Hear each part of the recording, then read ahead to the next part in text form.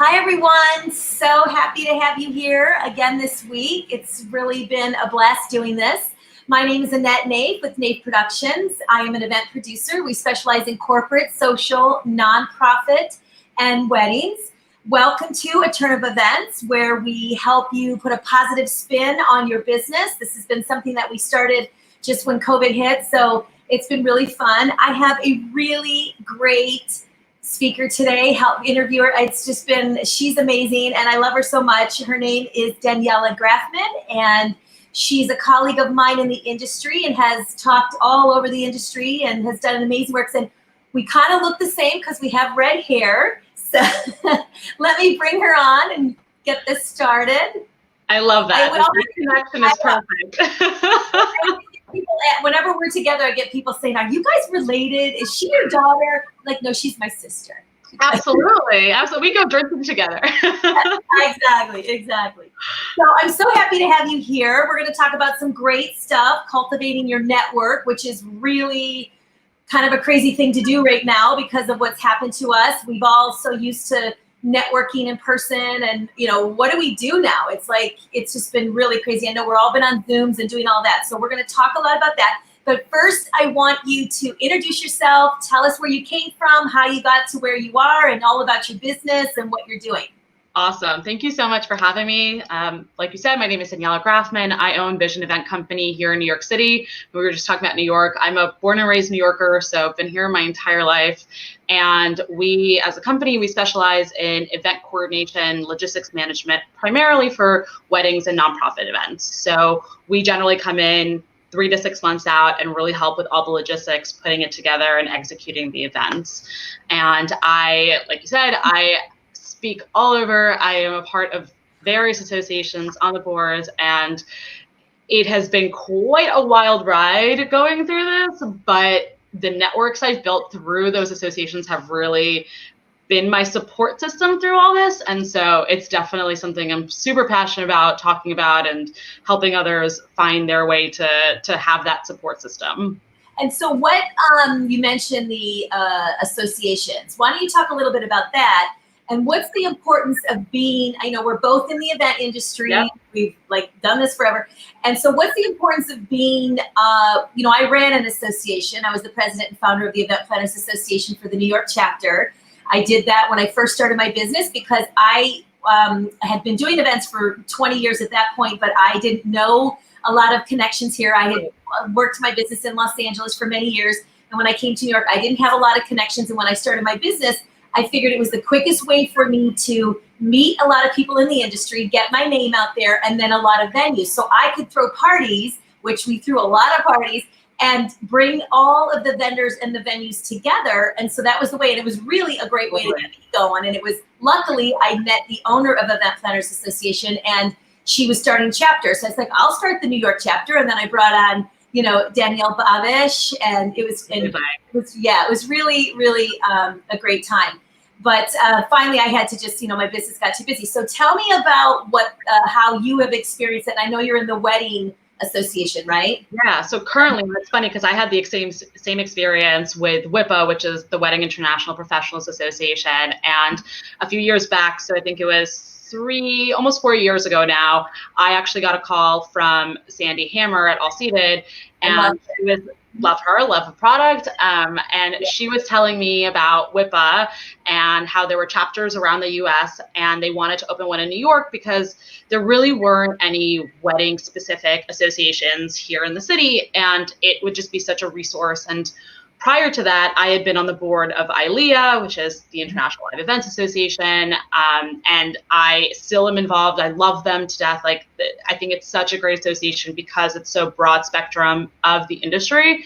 Right. So you have everyone represented, and I got so much experience being in leadership.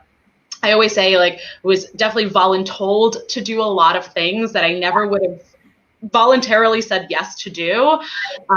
But it really helped me from a leadership perspective. And to be honest, not just from an association standpoint, but even for my business. I've had my business now for a little over 9 years, and having that experience in an association where we're all volunteers, but you're working for the betterment of our industry, right? For resources and education and referrals, that helped me translate those skills to my team and managing my team and, setting expectations and how to run a company really. And so when Sandy approached me, I was intrigued. And one of the biggest kind of reasons why I said yes was we were both going to help with creating the first board. And so it was going to be an opportunity to take some of the kind of seasoned legends of the industry and then some people who were a little bit newer like myself. And, we have some experience, but would love to learn from others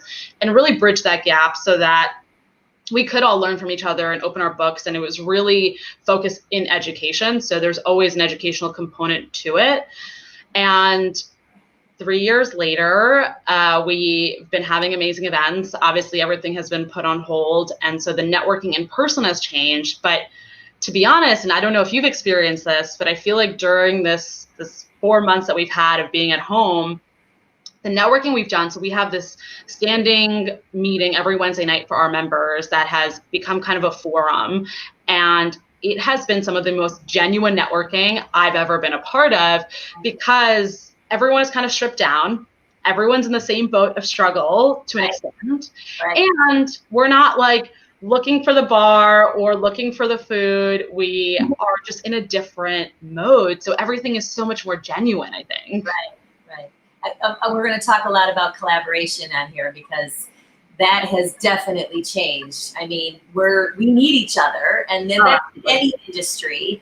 And I think everybody is in the same position, and we all need to kind of figure this out together. And obviously, nobody's an expert here at this point because this is all new to everybody. But okay, so if you're how does one build a network? So if you're just starting out, you're a solopreneur and you need some inspiration for new resources, how do you get started?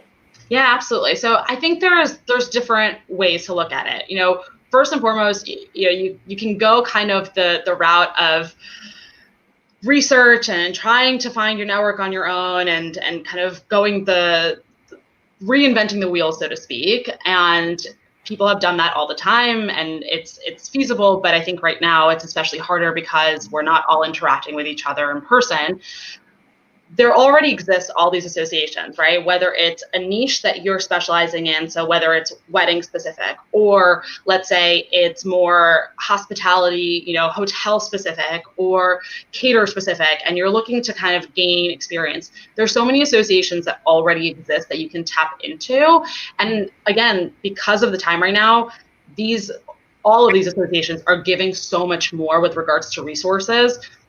So for myself, whether it's being involved in WIPA or being involved in ILEA, I literally have created this network of friends, but also colleagues who not only do I turn to for the purpose of, hey, I have a client, I need you to help me with an event, but now it's also, hey, I'm in a new situation. I have a client that's asking me about a refund or a reschedule or whatever the case may be, and I'm not sure how to handle it.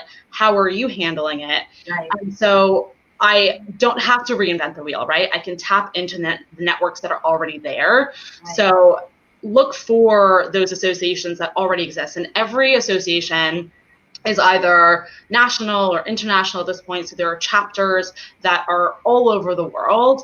And that's I think one of the best parts about it is, if I am here, I'm based in New York and I'm building this network in New York, but I decide in a year from now to pick up and move to California or Chicago, the first thing I will do is tap into that network and that membership directory of that association's local chapter, because you already have this connection. It's almost like meeting someone that went to your alma mater and all of a sudden you're connected without having to or you're a redhead. You're exactly, you're a redhead and you're like, we have to get along.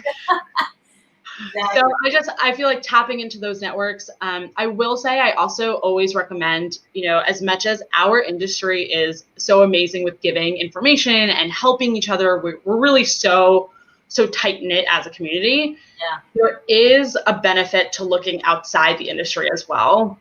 Right.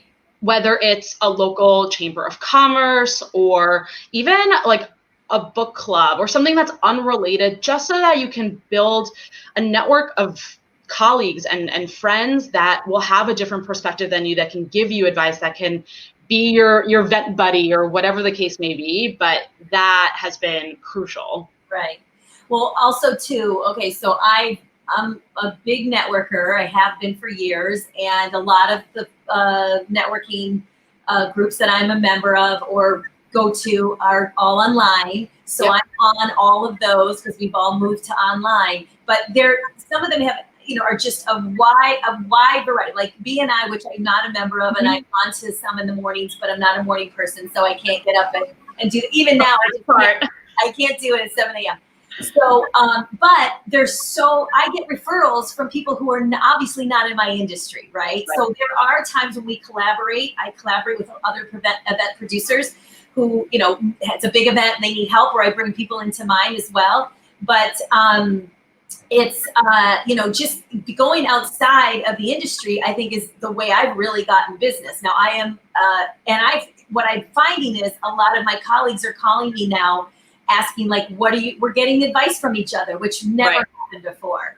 So, and they're like, oh, I'm willing to, pay you for an hour of consult. I'm like, no. Just, what is the question? Let me help you. I'm here to help everybody. I just, this isn't like, I'm not going to do that, especially now, right? I wouldn't even do that. If someone was looking for me to coach them to start a new business and things like that, that's different. But I've still given advice, and I've given so much more. So that's a great point too. And I think that, what people forget is through networking comes mentorship, right? And in our industry, I mean, we don't really have that formal, like, go to college, find your professor who's going to be your mentor, and, then they help you through the ranks. It's a matter of this experience. And I know for myself, the only way I've been able to get mentors is by being a part of these associations, networking, finding those people that I look up to, that I'm inspired by, that I'm, also inquisitive of, and saying, how did you do this?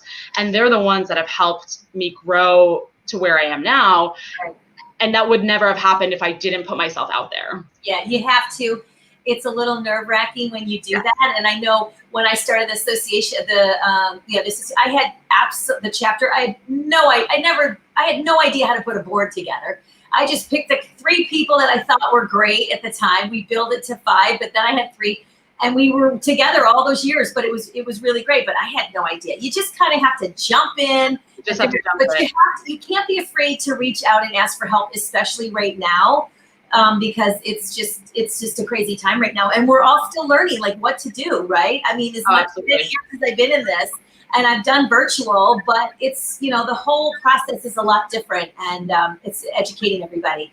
So, so how do you transition relationships into partnerships? Now that's, I have tons of relationships, but, I always joke with my business partner, is like, if I could get paid for every relationship I create, I would be set for life. Like, that's easy. I can meet anyone, I could talk to anyone, but truly the hard part is creating a partnership. And when I say partnership, it's also a matter of, right, it's the referrals, it's the working together, it's the collaboration. And honestly, I think a lot of it first stems from getting over the fear, right? So whether it's the fear of putting yourself in that position of asking for an opportunity, or saying, it was so great. Like, I love your energy. I love your personality. Let's talk business, right? Because I think we kind of get caught up sometimes, and I used to do this all the time, where you just have fun, right? We're having drinks, we're talking, we're connecting over something personal about where we're from or what we do, and we just kind of get lost in that for 40 minutes. And then we never take the step to say, all right, this has been great. I'm vibing with you. Next step, let's have a follow-up meeting. And now with Zoom, it's so much easier because you don't have to really go anywhere. But let's have another conversation about how we could possibly work together.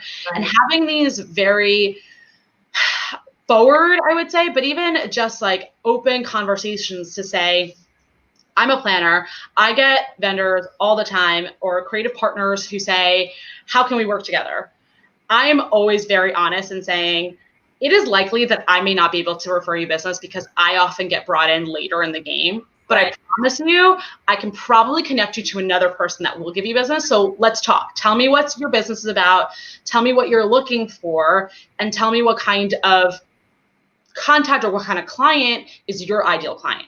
Right. And then I do the same with them, so that if they ever come across a client that would be a good fit for us, they would know that too. Right. So I think it's just taking that step from, oh, it's just fun and kind of casual, to actually formalizing something that's a strategic conversation. Right.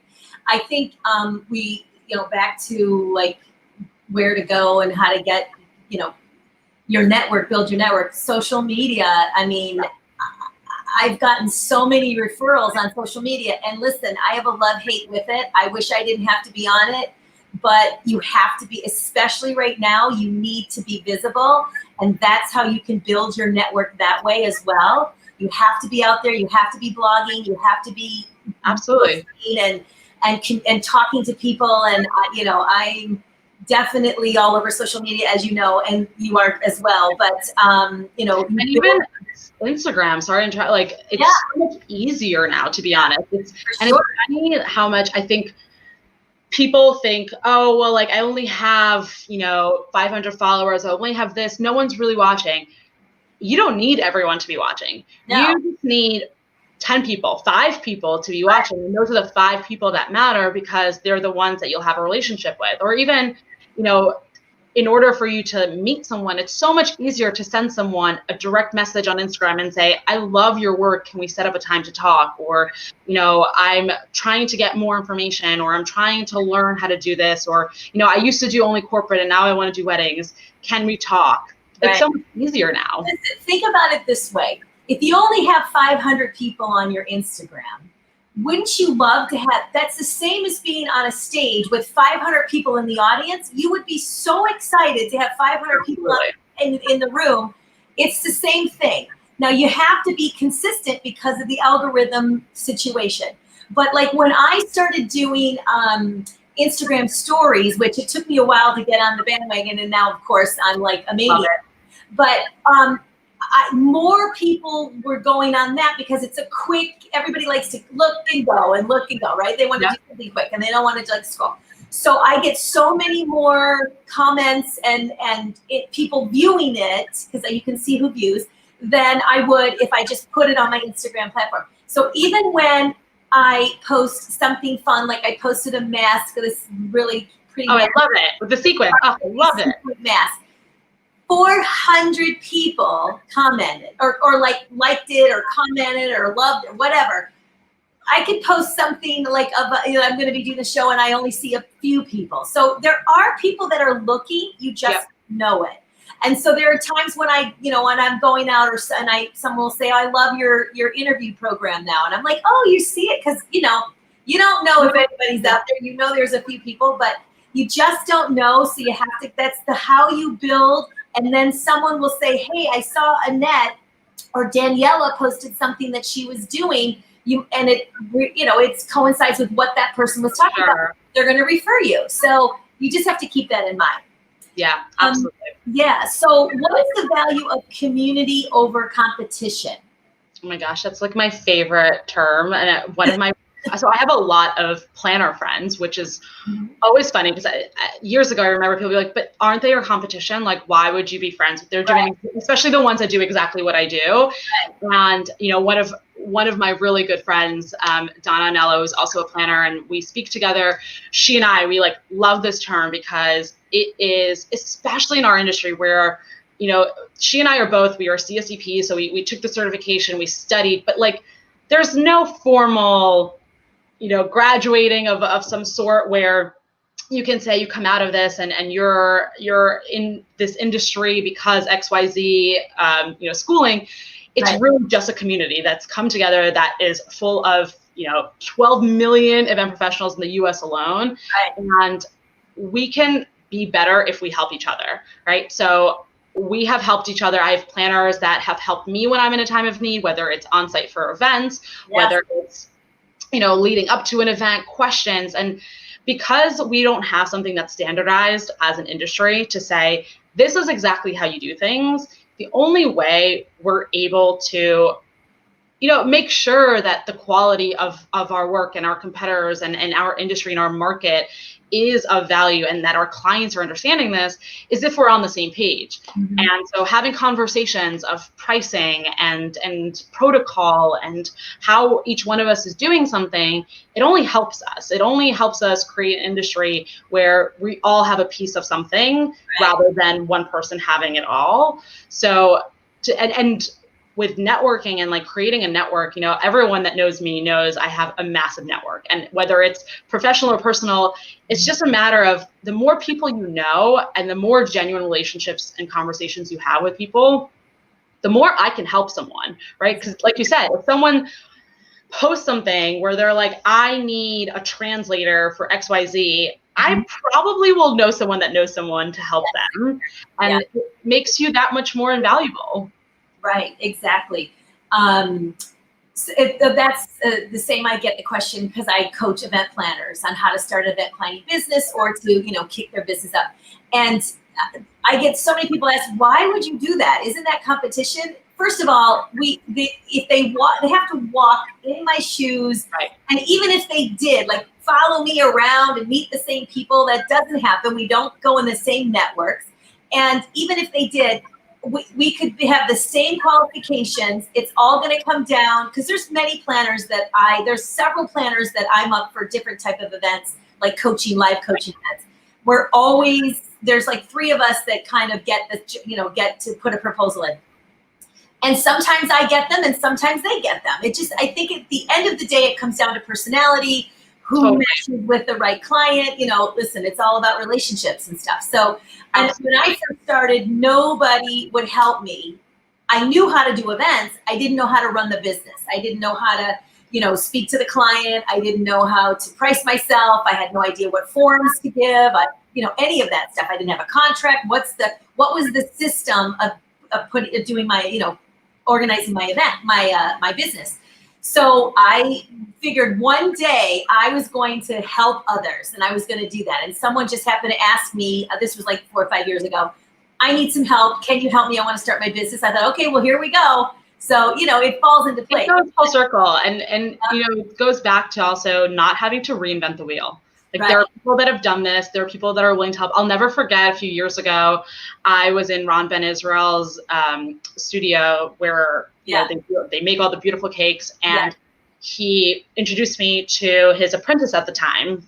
And he was telling me about how he has this whole program, and, you know, every few months he has someone new that comes in, and the whole purpose is to keep, you know, because the same thing could be said to him, like, why would you do that when they could go off afterwards? And he's had many people that have gone off to be really successful in the bakery, you know, in the baked goods industry.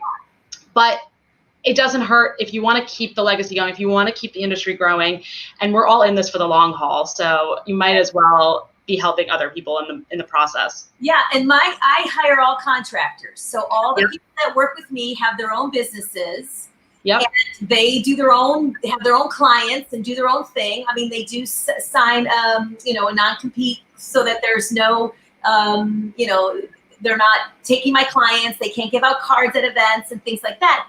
But that's how I work. I don't have employees because it's too much. I did that for many years, and it was just too much to do that. And you know, now it's a little tricky because of the hours and things that you have to work, but I respect that. And I've been doing that for years, and it's just, you know, so you have to just kind of trust and get used to that.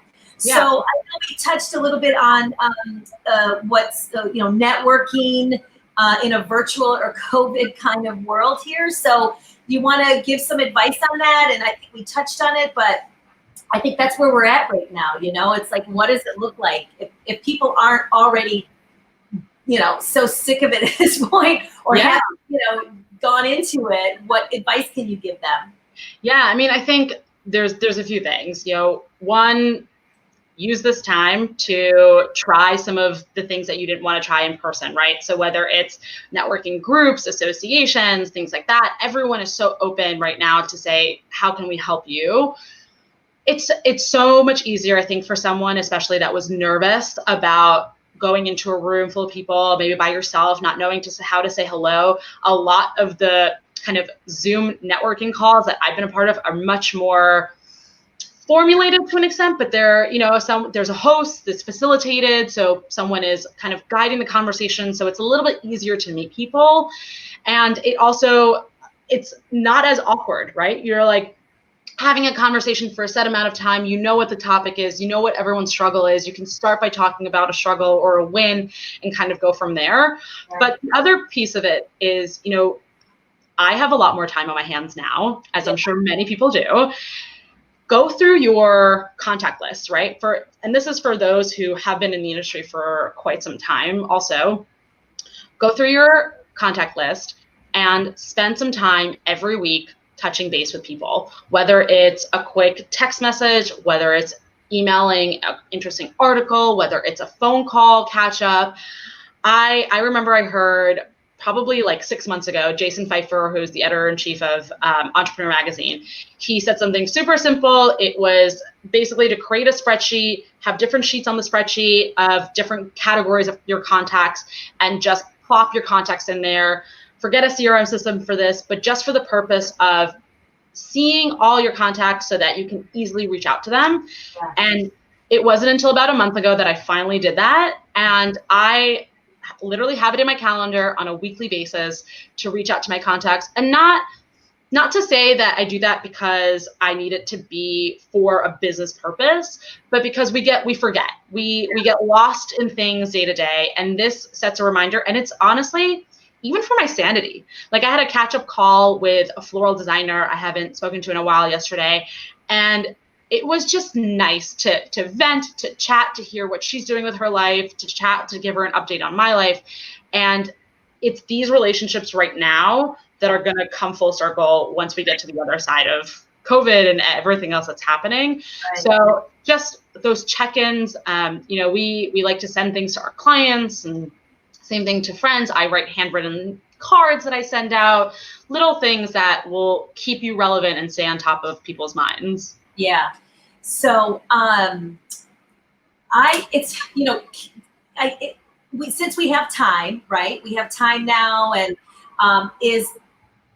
do one-on-ones, Yep. Do one-on-ones with people. I recently did that, and you're going to hear some sirens. New York City. I had construction yesterday. And I live on Central Park West, so forget it. I just have been reaching out to people that I haven't really talked to because I have some time, and I've reached out to people that I haven't talked to in a really long time. And I got on the phone with this woman, and she does a lot of live events. She's in Los Angeles, or she's in California. And we've known each other for years and years and years. And we just started chatting, like, what are you doing? How are you? I wanted to see how she was, if she was going virtual and what she was doing. And then I started telling her, just kind of as a friend, and giving her some advice on some things that they're doing now virtual. And she said, oh my gosh, I need to hire you. Like, I did an event in 3 weeks, a virtual event. I didn't know half of this stuff that you were telling me. Perfect. And so I ended up getting a client out of it. And so you just never know. And you need to not talk about what you're doing or what you're looking for. Ask. You have to ask. People aren't going to know. It's when I first, we first started, going into the virtual and really talking about it. I figured, well, I'm an event producer. Everyone knows I'm doing virtual. But I happened to mention it on a friend of mine was posting something about other people's businesses. And I said, and don't forget, Naif Productions virtual events. He goes, oh, you're doing virtual? He was referred me to several different clients now. Amazing. I know. And so people might not necessarily know what you're doing, or if you're doing something different. And just like these programs, I'm doing these, this interview thing now, and it's been really great and helping people. I'm getting so many people saying, thank you so much. That was a great interview. And they've reached out, and people are getting business, Amazing. So, and I feel like it's a combination of the asking and also being vulnerable. Like, it's okay to tell someone, I don't know what's going on. I don't know what I'm doing. I'm struggling right now. Yeah. If you guys have any questions, please ask them, because we're coming down to the end here, and we would love to get some of your questions. But that's the thing. It's you just made a point about something. I forgot what you said. I asked being vulnerable. Yeah. I mean, it's we're all in the same boat here, and everyone.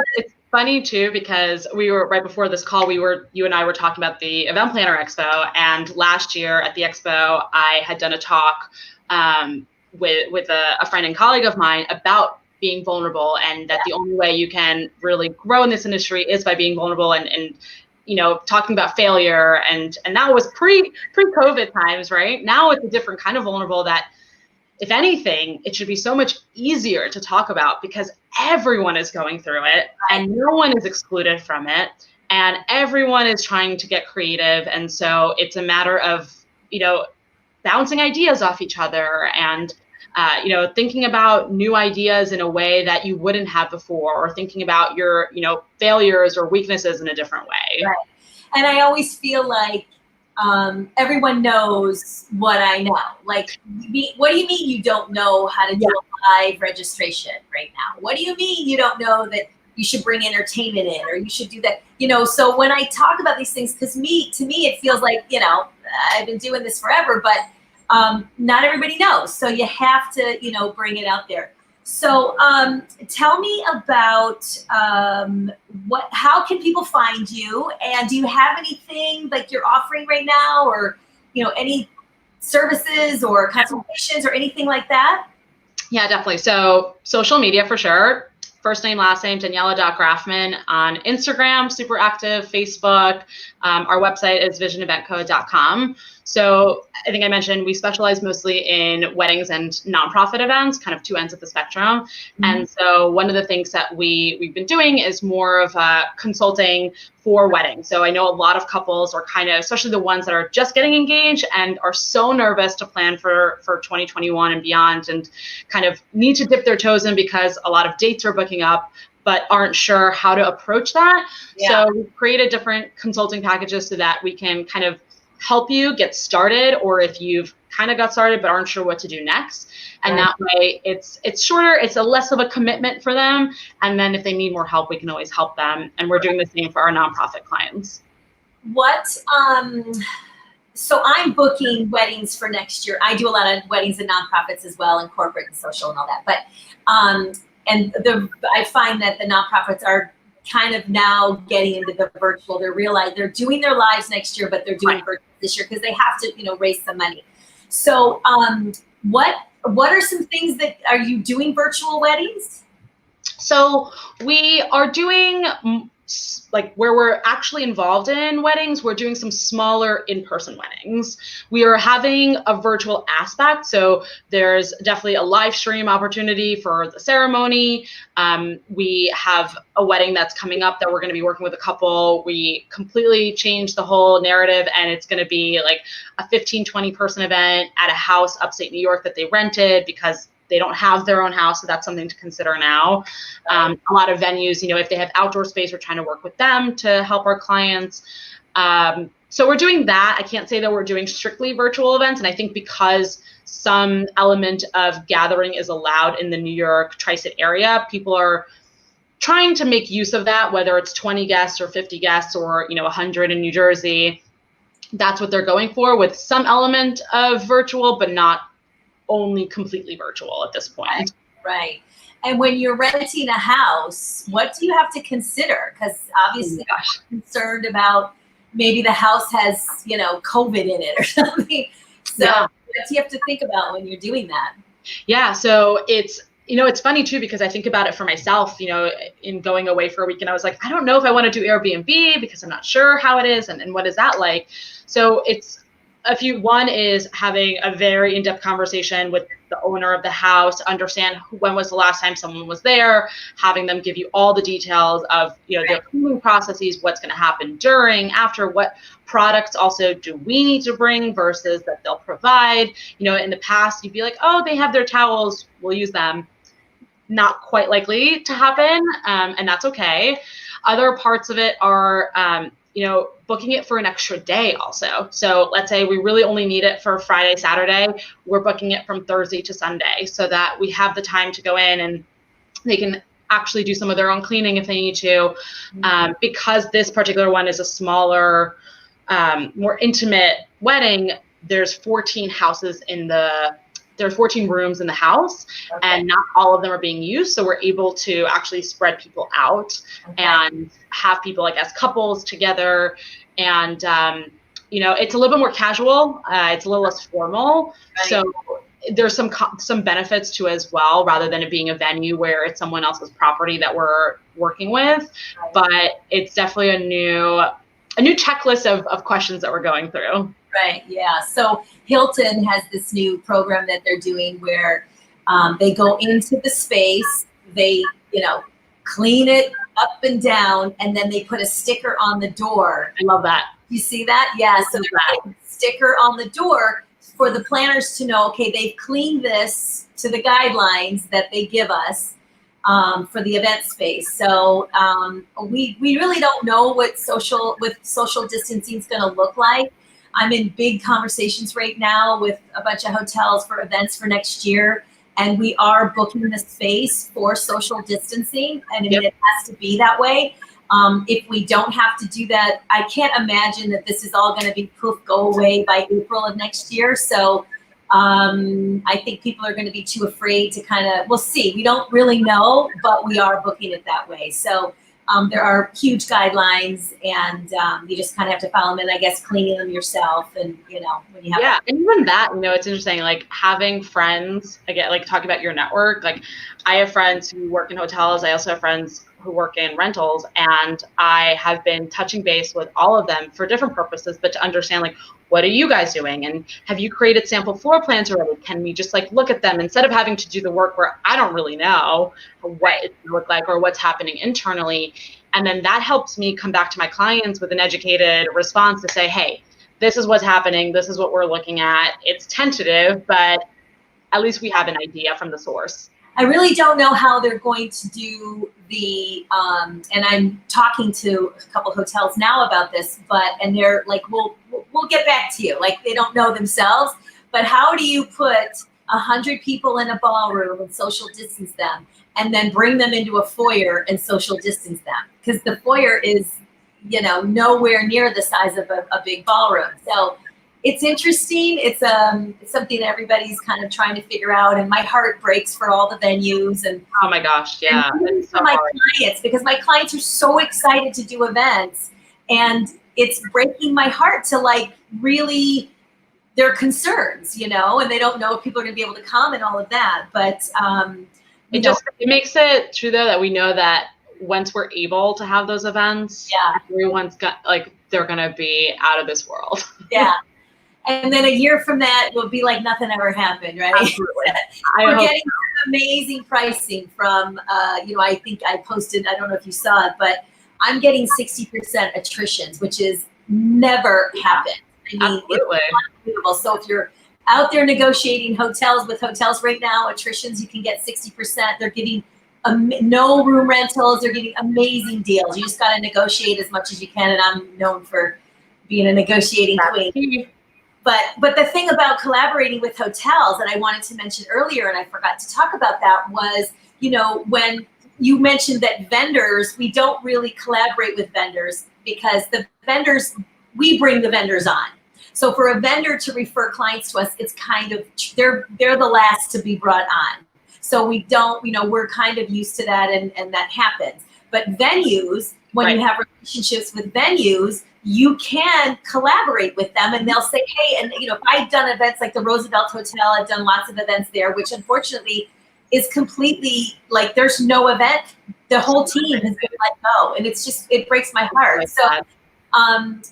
So that was a way to collaborate. That will come back, but reach out. Now I have the people from the hotels reaching out to me, the senior vice presidents of catering and all of them coming to me asking what's going on, what are you guys doing, and trying to find another niche for them. And it's heartbreaking, but we're strong, and we'll for come sure. together. So here I have a question from Kathy. Have you encountered clients that don't believe the COVID pandemic is real and want to have a large event anyway? Great question. Great question.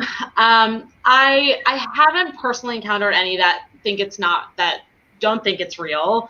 I do think that we're in a position right now because, in the tri-state area, like, we do a lot of events in New York. We also do a lot of events in New Jersey, in Connecticut, and having the different rules is definitely something that is challenging, because in New Jersey, you're allowed to have up to 250 or so people out. And even though it's outside, I personally may not necessarily feel comfortable doing that event.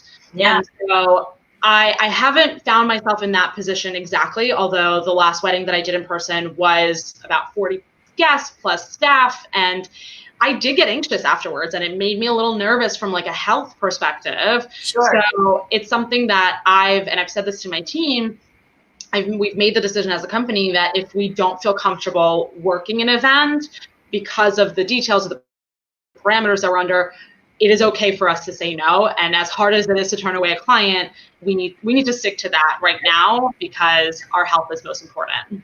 Right. So I have one of my colleagues just this week asked if she could pick my brain on a client who does a 5,000 person event in January.